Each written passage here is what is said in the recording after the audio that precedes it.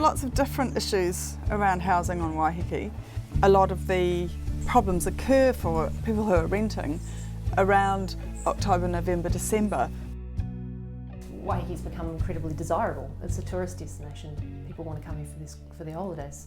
In the last 4 or 5 years, the number of available rentals has dropped dramatically.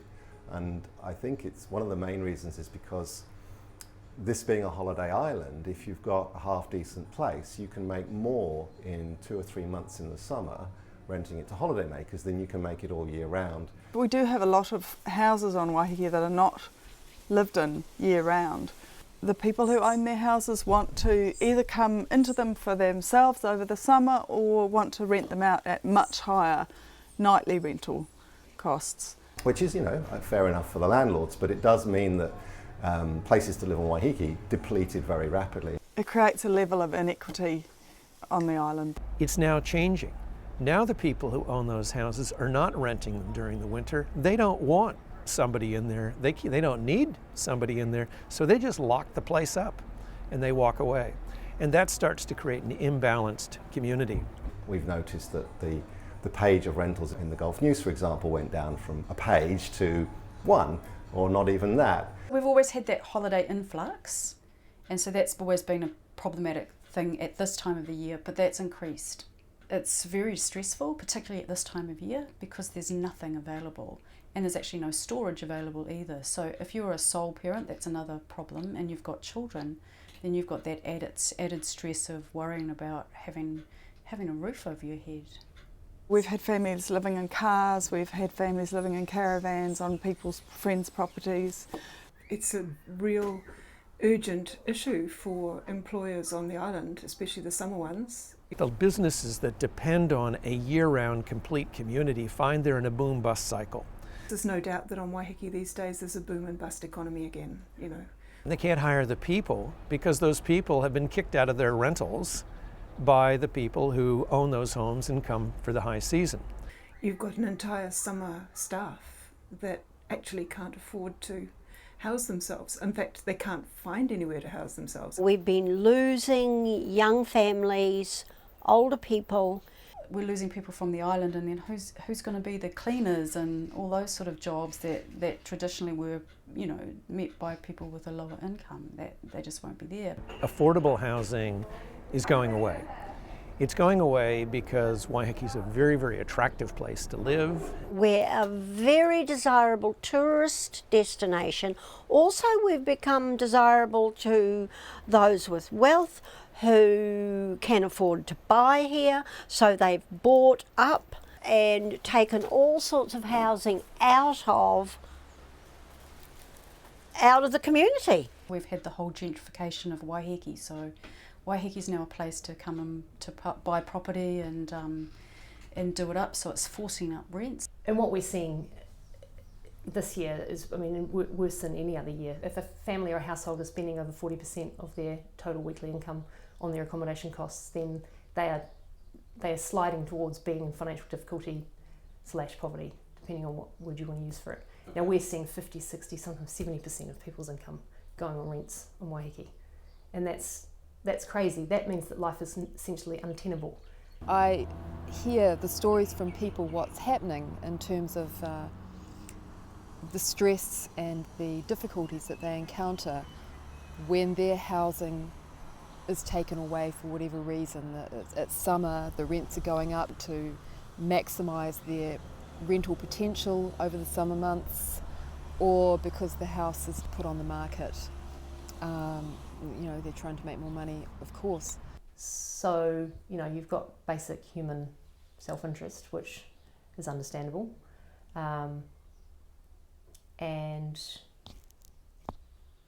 out go the tenants. So you could easily find yourself given a 4 weeks notice and then camping in a van for the rest of the summer. What I'm first seeing now is people having to move off the island because their rents are increasing, they can't find any alternative accommodation, and they can't get any additional support or income support to address the increasing rent. You've got power, you've got phone, you've got kids, you've got food, and food goes first. And that's why our food bank is under such high demand. I see a lot of people who have all of those stresses mounting up over time, so there's communication problems, there's alcohol and drug abuse. The stability of people at the bottom of the scale as families is almost impossible to achieve. It's total week to week, hand to mouth, scrambling. What should we pay? What's most urgent? What's going to get cut off? Okay, we'll put $20 on this, we'll put $30 on that, and next week we'll see what we've got. These people are in a position where either they have to move off the island because they can no longer afford to live here and they can't deal with the stress of having to move constantly, or they get into a cycle of having to move every 6 months to a year, which, you know, as I said, presents a lot of difficulties. High rents cast, you know, many people into what I would absolutely call poverty. You know, poverty is an emotive word, but it exists. It's here on our island, and it's relentless and it's demoralising. It's a struggle, and it grinds down even the most resilient people over time. This is just, it's gruesome, and I don't think it's overstating it. The solutions that we're looking for are going to have to be quite varied. There are as many solutions as there are people willing to give of their time and space and land and energies. If we can get some affordable rents happening on the island, we'll avoid this scarcity problem that we have that enables the landlords to just charge more and more and more. And so it may well have the added benefit of keeping general rents reasonable as well. Social housing would mitigate the supply-demand mismatch. It would mean that there'd be more houses available at that low cost end of the scale. So that would bring down the prices of the private rental market, because they wouldn't be able to charge crazy amounts knowing that there'll be someone out there who'll take the place. The rates of occupancy of community housing are extremely high, 99%. 1% of properties might be empty at any one time. So it's obviously it's a system that works and that meets people's needs. There's a number of ways in which, and places on the island, where affordable housing can be constructed. There is definitely some land, council-owned land, that we think would be appropriate for some community housing. Personally, I'm a bit nervous about grouping all the low-cost housing together. I think you risk ghettoising people. I think it's much better to have a really diverse community distributed throughout all the residential areas.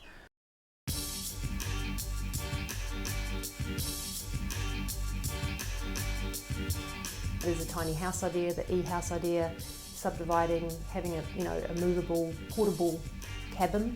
Little small, sustainable cottages, sometimes on wheels, sometimes not. Shipping container houses, cheap, flexible, and then mobile as well, transferable. So if something's not working in a certain place, it can be moved. There's very little row housing, there's very little town housing, there's very little any sort of higher density housing, except for maybe the retirement apartments. That idea can easily work for other age groups. You could build an equivalent for young people with families, and you would design it slightly differently, but there is absolutely no reason why you couldn't do something like that. We could look at rent to buy, we could look at retrofitting, we can look at subsidising rents. Landlords could come on board and say, yes, if there's a rent subsidy, then we can give this person a fixed term lease for 5 years. That sort of, there are lots of different exciting options. The community may decide to set up a housing trust. People can donate to. We would fundraise, apply for grants from places like lotteries and ASB Community Trust. Queenstown had exactly this issue, that it's a playground for the rich, and the people who actually keep the community running can't afford to live there. So it's quite well established, the Queenstown Lakes District Community Trust, and I think that we'll be able to use a lot of their experience. Part of me is annoyed at the government for stepping aside from providing low-cost housing, but it also enables communities to take it up for themselves. you know, and to create what you actually need in your own community is really exciting. Central government has decided to get out of provision of social housing, and that opens up the way for community, for it to come back into community control. This has to be community driven, and communities don't make profits out of these. They're doing it for other reasons. We have so many able, talented people on Waiheke who can make this happen. We have got the expertise on the island. We've certainly got the tradespeople on the island. We've got architects, we've got planners. Our resources are limitless, I think. Waiheke is such an innovative place with a number of very well-resourced people amongst us, and a number of very effective people amongst us, sort of globally in some ways. There's plenty of energy on the island for this project. The council needs to reform the rules so that it's much easier to get things done. We need to have the council empower our community, our local board, to make decisions because they experience the effect of those decisions. To me, accommodation in a house and a home is at the heart of well-being, physical, mental, emotional. Everybody deserves to have a standard of living that's healthy and, you know, encourages well-being. And under those circumstances, children thrive and communities thrive, and that can't happen when one child out of two has moved house before they're two.